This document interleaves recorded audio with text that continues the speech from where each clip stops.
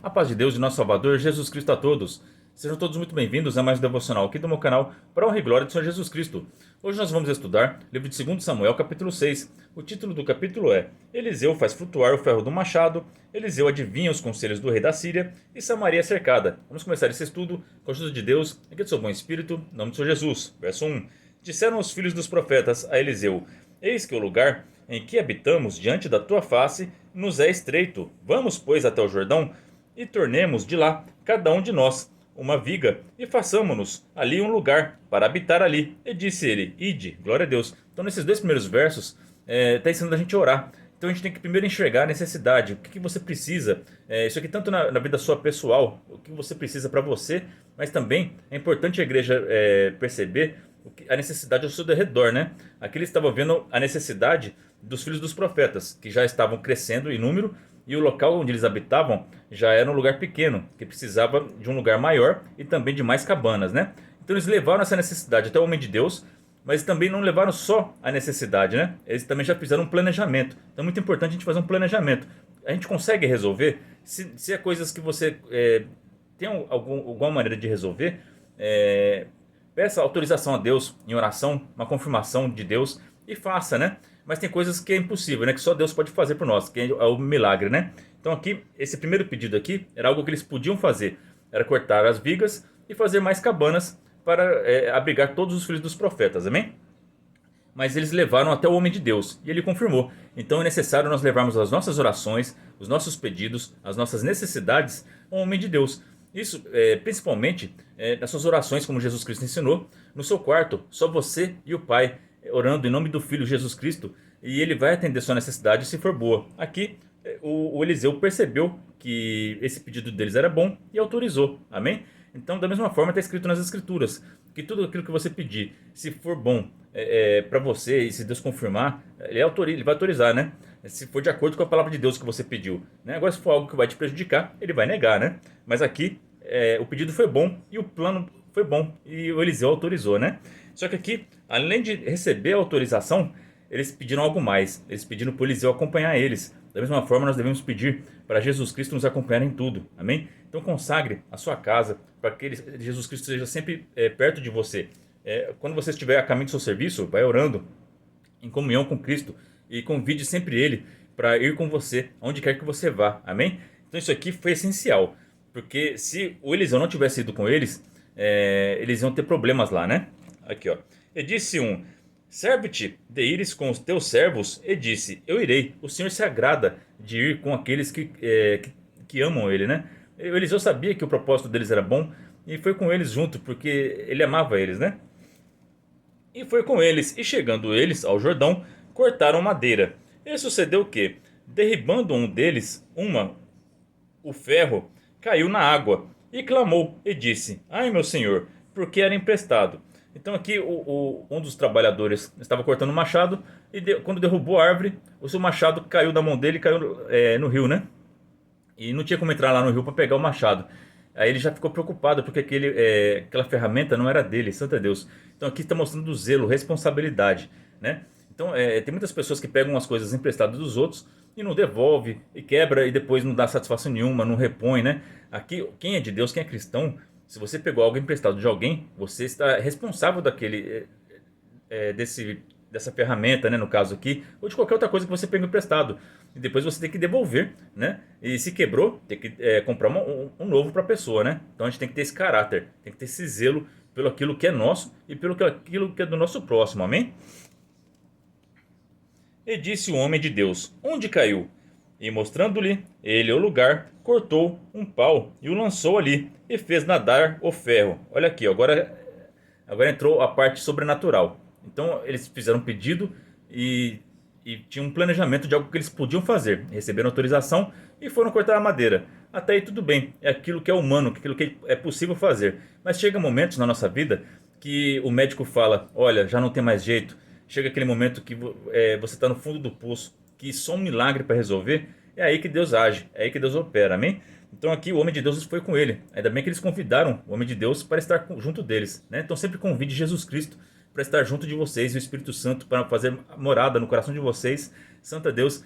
para que quando tiver uma necessidade que não dê para você resolver, os anjos do Senhor que estão ao seu redor vão te proteger no trânsito, vai te dar livramento, vão te trazer a cura, e você vai ver, e o nome de Deus vai ser glorificado. Amém? E disse: levanta-o. Então ele estendeu a sua mão e o tomou. Olha só o milagre. Então ele fez o ferro levantar lá do fundo do rio, né? E quando ele levantou, quando ele flutuou, o homem pegou aquela ferramenta novamente e colocou no outro pedaço de madeira, repôs o cabo e levou até o dono dele, né? Devolveu aquela ferramenta, né? Então aqui, quando tem zelo, quando a pessoa está preocupada com aquilo que é seu, com aquilo do próximo, Deus entra, Deus ajuda, tá bom? Né? Se o pedido é bom, sempre vai ter um milagre, né? E o rei da Síria fazia guerra a Israel e consultou com os seus servos, dizendo: em tal lugar estará o meu acampamento. Mas o homem de Deus enviou ao rei de Israel, dizendo: guarda-te de passares por tal lugar, porque os sírios desceram ali. Pelo que o rei de Israel enviou àquele lugar de que o homem de Deus lhe falara, e de que o tinha avisado, e se guardou ali, não uma nem duas vezes. Então, por várias vezes, o Eliseu, ele, por estar ligado com Deus, ligado com o céu, Deus mostrava para ele onde estava o acampamento dos sírios, e ele dava a notícia ao rei de Israel. E ele podia se desviar do caminho dos acampamentos dos sírios, evitando emboscadas, né? Santo é Deus.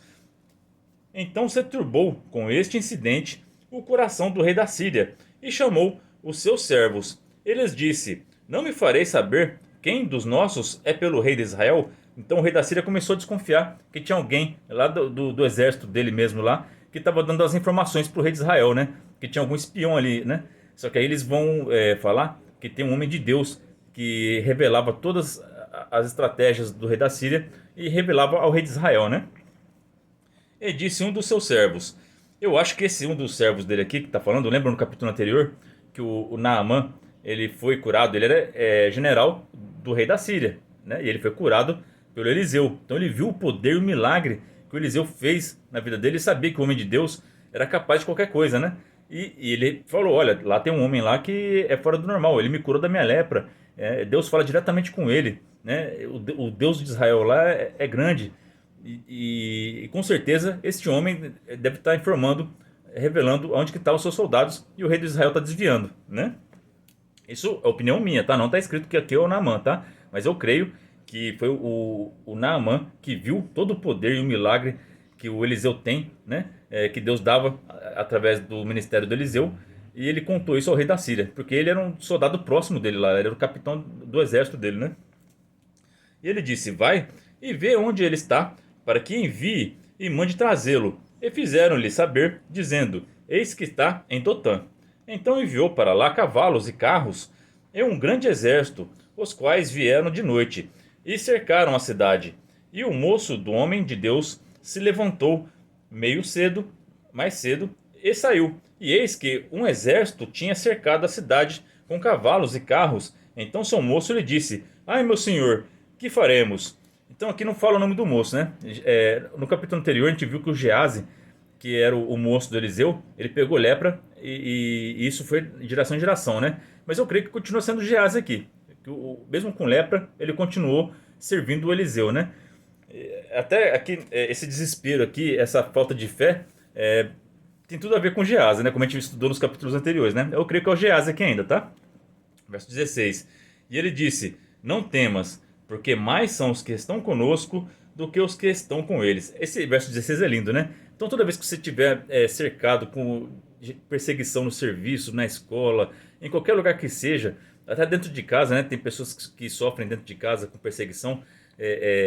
Lembre que quem está com você, se você aceitou Jesus Cristo como teu Salvador, os que estão com você são mais do que os seus inimigos, amém? Não temas.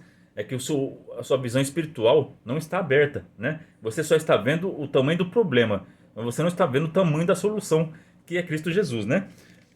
E orou Eliseu e disse: Senhor, peço-te que lhe abras os olhos para que veja. E o Senhor abriu os olhos do moço e viu, e eis que o monte estava cheio de cavalos e carros, de fogo em redor de Eliseu. Então aqui ele abriu os olhos do moço, né, para ele poder ver que muito maior do que o exército dos sírios que estava cercando a cidade, né, era o exército de anjos, de carros de fogo que o Senhor mandou para socorrê-los, né, para dar suporte ao Eliseu, ao homem de Deus, né? Então, sempre os anjos de Deus estão acampados ao teu redor. Você não consegue ver, mas eles estão lá, tá? O meu filho, ele tem o dom de visão espiritual, ele consegue ver, né? Então, é lindo isso. E os anjos são muito mais poderosos do que, que os do inimigo, né? Ele vê que um anjo derrota vários demônios, assim, facilmente, né? Então não temas, tá? O bem é muito mais forte do que o mal. Mesmo que às vezes pareça que o mal está vencendo, Deus está no controle de tudo, amém? Não se desespere, apenas confia no teu Deus, ora diante do teu Pai, procura uma vida de santidade e no momento certo Deus vai te socorrer, amém? Não temas o inimigo. E como desceram a ele, Eliseu orou ao Senhor e disse: Fero, peço-te esta gente de cegueira, e feriu-a de cegueira conforme a palavra de Eliseu. Olha a comunhão que o Eliseu tinha com o pai, né? Ele pediu para cegar todo aquele exército, e aqueles anjos que vieram cegaram todo aquele exército dos sírios, eles não podiam enxergar mais nada, né? Então Eliseu lhes disse: Não é este o caminho, nem é esta a cidade. Segue-me, e guiar-vos-ei ao homem que buscais. E os guiou até a Samaria. Então ele pegou aquele exército que estava cercando eles diante de Dotã. Como eles não estavam enxergando nada, o homem de Deus que eles estavam procurando era o Eliseu, né? O próprio Eliseu chegou para eles assim: Olha, o homem que vocês estão procurando, o Eliseu, ele não está aqui. Eu vou levar vocês até onde ele está. Ele levou eles para a capital, lá para Samaria, diante do rei, para o rei ver o tamanho da obra que Deus estava fazendo, né? E sucedeu que, chegando eles a Samaria, disse Eliseu: Ó Senhor, abre a estes os olhos, para que vejam. O Senhor lhes abriu os olhos para que vissem, e eis que estavam no meio de Samaria. Olha o desespero desses soldados dos sírios aqui, né? Eles, quando a visão deles foi restabelecida, eles já estavam cercados pelo exército de Israel, diante do rei de Israel, lá em Samaria, né? E quando o rei de Israel os viu, disse a Eliseu: Feri-los-ei, meu pai. Então aqui ele estava pedindo autorização para o homem de Deus que os levou até lá, se ele podia matar aquele exército, né? Porque ele estava entregue ali, né? Eles estavam indefesos ali. Mas o homem de Deus vai intervir, né? Para mostrar, porque essa frase aqui que ele vai falar é muito interessante, ó. Mas ele disse: Não os ferirás. Feririas tu o que tomasses prisioneiros com a tua espada e com o teu arco. Põe-lhes diante pão e água para que comam e bebam, e se vão para seu senhor. Então aqui o Eliseu falou para eles: Olha, rei de Israel, se fosse você que tivesse capturado eles, você teria o direito de fazer com eles o que você quisesse, né? Mas aqui não foi você, foi Deus que trouxe eles até você. Então aqui você vai entender o que é misericórdia, né? Em vez de você matar esse povo aqui, você vai dar para eles pão e bebida e vai despedir eles em paz para casa deles. Santo Deus, o cristão ele tem que pagar o mal com o bem, tá certo? É assim que Jesus Cristo nos ensinou. O Eliseu está dando essa amostra aqui mesmo no Antigo Testamento do que é graça, do que é misericórdia, do que é amar o inimigo, né? Então eles tiveram a oportunidade de matar o inimigo ali, né? Mas não, eles serviram pão e água, mostrando a superioridade, mostrando que tinha um Deus dentro do coração deles, né? Que mesmo os sírios querendo fazer o mal para Israel, Israel devolveu com o bem, né? E despediu eles para casa. E apresentou-lhes um grande banquete, e comeram e beberam, e os despediu, e foram para seu senhor, e não entraram mais tropas de sírios na terra de Israel. Então aqui a gente pensa que vai ter uma paz aqui, né? Eles liberaram o exército dos sírios, e aqui está escrito que eles nunca mais entraram na cidade de Samaria, né? Ou invadiram as terras de Israel para poder com invasão. Mas aqui não significa que eles desistiram de fazer um mal para Israel, né? O inimigo não desiste. Enquanto ele existir, enquanto não chegar ao fim dele, enquanto ele não ser jogado no lago de fogo, ele vai continuar insistindo. Ele vai tentar tirar você da graça santa. Ele vai tentar fazer você perder sua fé em Cristo. Não desista até o fim da sua vida. Faça como o apóstolo Paulo, combati o bom combate até o final da minha vida, né? Seja fiel até o fim e você receberá a coroa da vida eterna, amém? O inimigo não vai desistir de você. Isso aqui foi apenas...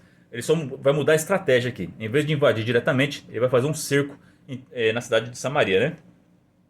E sucedeu depois disto que Ben-Hadad, rei da Síria, ajuntou todo o seu exército e subiu e cercou a Samaria.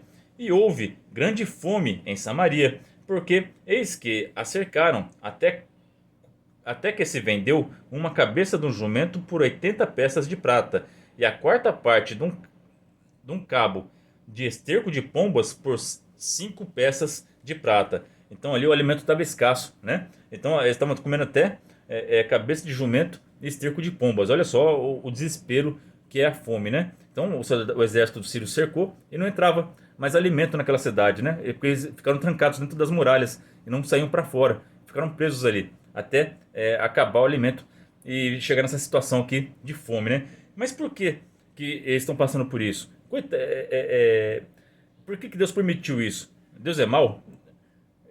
O rei aqui é o filho do Acabe. Eles não adoravam a Deus aqui, né? Eles não tinham nem fé em Deus. E tratavam o Elias e o Eliseu super mal. Eles viviam na idolatria. E vocês vão perceber o nível que estava essa cidade com o que eu vou continuar lendo aqui para vocês aqui. Esse aqui é o texto mais bárbaro que tem na palavra de Deus. É o texto mais pesado que tem na palavra de Deus. Para vocês verem o tamanho, né, da maldade que estava no coração daquele povo, tá bom? Era terrível. Por isso que Deus trouxe juízo para Israel. Porque eles estavam na idolatria, estavam na feitiçaria, estavam fazendo coisas terríveis, sacrificando aos ídolos. Estava aqui um nível de degradação humana total. Então Deus usou dos Círios para trazer juízo a Israel. Amém? Esse sucedeu que, passando o rei pelo muro, uma mulher lhe bradou, dizendo: Acode-me, ó rei meu senhor. E ele lhe disse: Se o senhor te não acode, de onde te acudirei eu? Da eira ou do lagar? Então aqui, olha como o filho do Acabe aqui, né? Ele não tem dignidade, né? Nunca obedeceu a Deus, nunca serviu a Deus, sempre foi idólatra, sempre adorou as imagens de escultura dele. Agora a culpa dele estar sofrendo aqui, por que Deus não salva eles? Eles nunca foram fiéis a Deus, né? Então ele está falando assim, né? Se Deus não está salvando nós aqui, você vai pedir para mim por quê? Né? Deus abandonou a gente aqui, mas quem abandonou primeiro Deus foi eles, né? Então às vezes isso pode estar acontecendo com você. Você abandonou Deus faz tempo. Faz tempo que você não ora, faz tempo que você não vai para a igreja, faz tempo que você não lê a Bíblia, Santo Jesus Cristo. E agora acontecem as coisas ruins e você fala que a culpa é de Deus? Santo Deus, põe a mão na tua consciência e arrependa-te agora em nome de São Jesus. Glória a Deus vivo, Santo Jesus Cristo. Teme a Deus, se arrepende agora, dobra seu joelho no chão, entrega a sua vida a Jesus Cristo e Ele terá misericórdia da tua alma e chegará ao teu socorro, porque Ele ama a todos e quer que todos tenham arrependimento. Se você buscar arrependimento e uma comunhão com teu Deus e amar Ele e servir a Ele, você vai ver o quanto que Ele é amoroso e protetor. Mas se você desviou dos caminhos dele e você colocou um muro entre você e Ele, Ele respeita o seu livre-arbítrio. Você escolheu se isolar de Deus e você está colhendo o que você plantou, as consequências das suas decisões. Disse-lhe mais o rei: Que tens? E disse ela: Esta mulher me disse: Dá cá o teu filho, para que hoje o comamos, e amanhã comeremos o meu filho. Cozemos, pois, o meu filho, e o comemos. Mas dizendo-lhe eu ao outro dia: Dá cá o teu filho, para que comamos, escondeu o seu filho. Santo Deus, olha só, Deus tem misericórdia, né?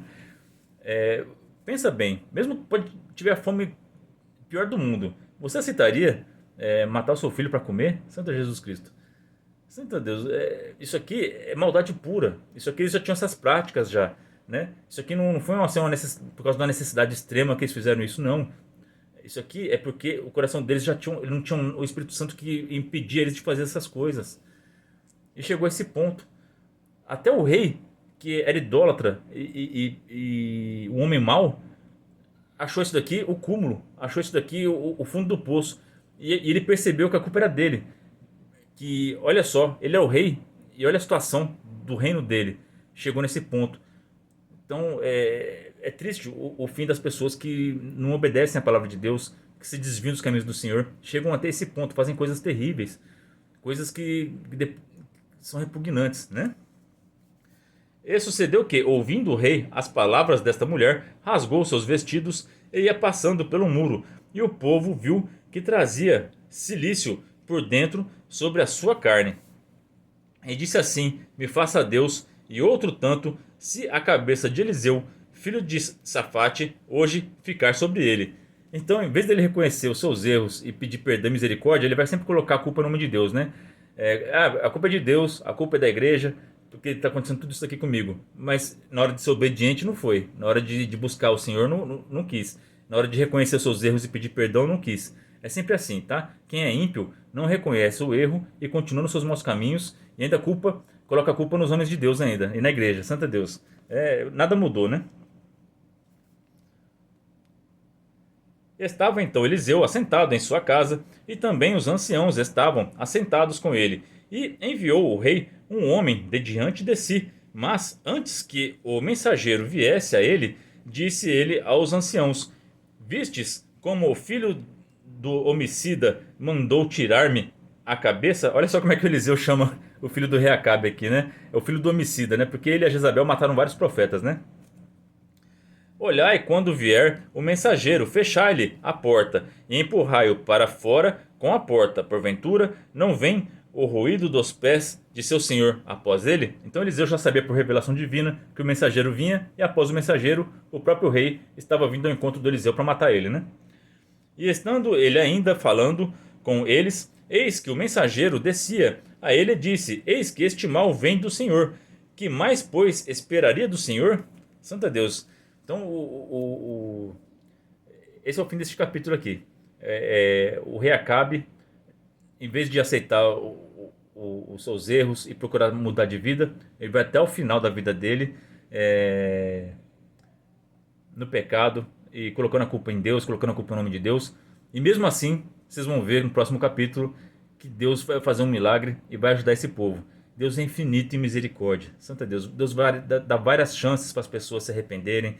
Deus mostra que Ele é Deus de verdade. Deus dá várias provas para essas pessoas que Ele é o Deus vivo, o Deus verdadeiro.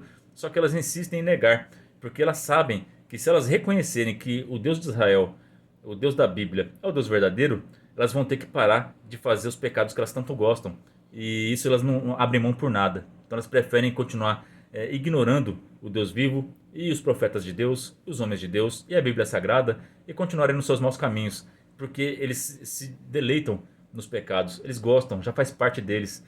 E se eles morrerem nessa condição, o inferno aguarda, né? Eu espero que haja arrependimento para todos que estão no pecado. Todos nós somos pecadores, mas tem aquelas pessoas que são ímpias, que já pecam e não sentem mais arrependimento. É por essas que este capítulo está alertando. É para essas pessoas que são que não Acabe, que nem o filho dele, que a Bíblia está chamando o arrependimento. Ainda dá tempo. Jesus Cristo te ama, Ele quer te salvar. Entregue sua vida para Ele, peça perdão e procure ter uma vida de santidade com teu Deus. E você vai ver todas as coisas maravilhosas que o Espírito Santo de Deus tem para você, e que Jesus Cristo tem um lugar especial lá no céu, nas moradas celestes, preparada para você, para todos, tá bom? O inferno Ele preparou para os anjos caídos, né? Para os anjos rebeldes, não foi para os humanos. Você só vai para lá se você quiser. Se você quiser abandonar o Deus vivo, se você não aceitar morar com Ele, né? Então aceite morar com Jesus Cristo, mas para isso é necessário você crer e ser batizado. Essa é a palavra para nós hoje. Deus abençoe a vida de todos vocês. Orem por mim e pela minha família, e que Deus seja sempre hoje eternamente louvado. No nome de Jesus, que vive e reina para todos sempre. Amém.